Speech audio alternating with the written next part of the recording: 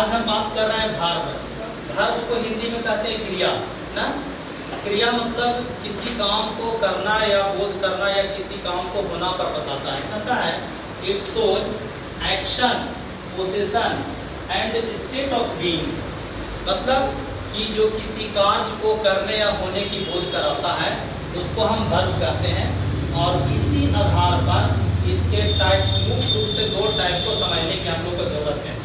Types of verb में main verb, इसको मुख्य क्रिया भी कहते हैं। क्या कहते हैं? मुख्य क्रिया।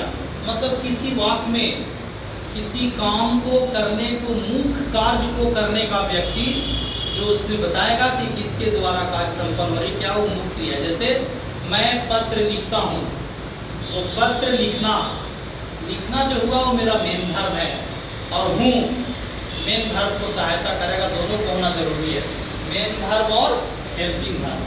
तो पहला रूप है मेन वर्ब। मेन वर्ब को कहा गया है मुख्य क्रिया, और हेल्पिंग वर्ब को दूसरा नाम से भी जानते हैं जिसका नाम है ऑक्सिलरी वर्ब। क्या कहते हैं? ऑक्सिलरी वर्ब यानी सहायक क्रिया। जैसे मैं लिखूं I am teaching, I am teaching English.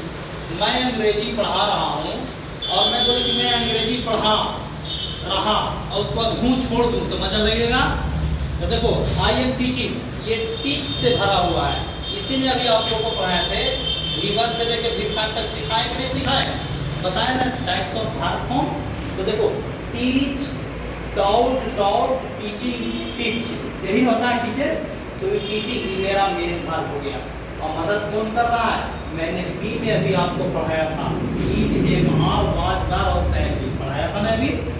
तो उसी के अनुसार से हमारे दो प्रकार के वर्ब, मेन वर्ब और ऑक्सिलरी वर्ब या हेल्पिंग वर्ब। मेन वर्ब में दो चीज देखना है, एक को बोलते हैं ट्रांजिटिव वर्ब और दूसरा को बोलते हैं इंट्रांजिटिव वर्ब।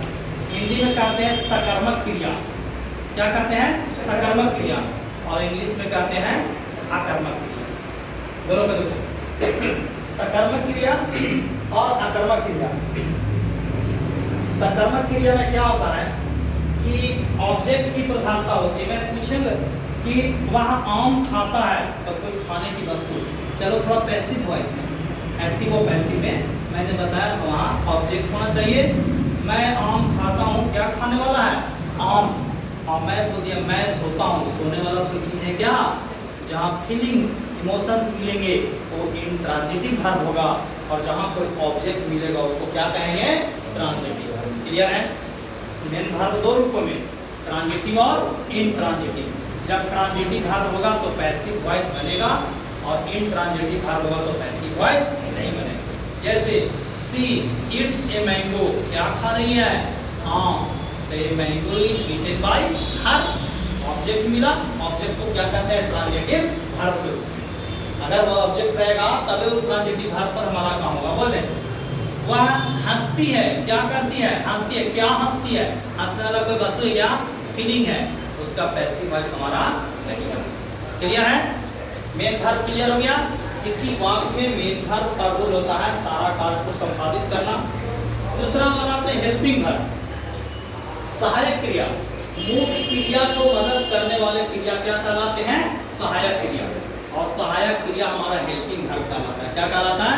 Helping verb. आप हेल्पिंग वर्ब तीन रूप में पढ़ें, प्रेजेंट, पास्ट एंड फ्यूचर।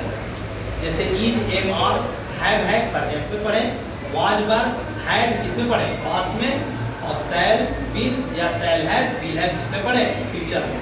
तो इस तरीका से हम कहेंगे। उसमें भी हमारा प्राइमरी हेल्पिंग वर्ब है जो मैंने पढ़ाया, और मॉडल ऑक्सिलरी वर्ब है।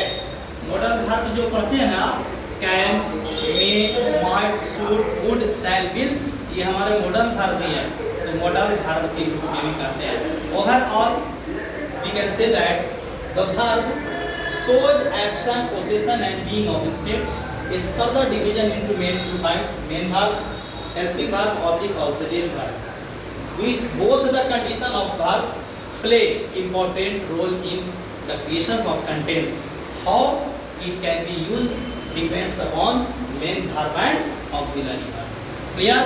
Any doubt?